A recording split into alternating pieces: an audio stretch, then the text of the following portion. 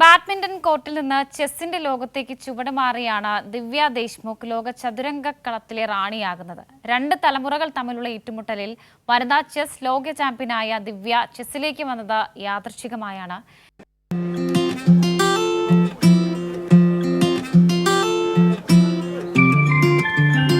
ചരിത്രത്തിലാദ്യമായി ഇന്ത്യയിലേക്ക് വനിതാ ചെസ് ലോകകപ്പ് കൊണ്ടുവരുന്നത് വെറും 19 വയസ്സ് മാത്രമുള്ള ദിവ്യയാണ്.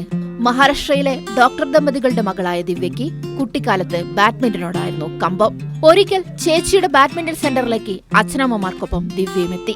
എന്നാൽ 4 വയസ്സുകാരി ദിവ്യയ്ക്ക് റാക്കറ്റ് ഉയർത്താൻ കഴിഞ്ഞില്ല. ബാഡ്മിന്റൺ നെറ്റിനൊപ്പം പൊക്കവുമില്ലാത്തതിനാൽ മാതാപിതാക്കൾ അവളെ ചെസ് പരിശീലനത്തിനയച്ചു. പിന്നെ പിറന്നത് ചരിത്രം.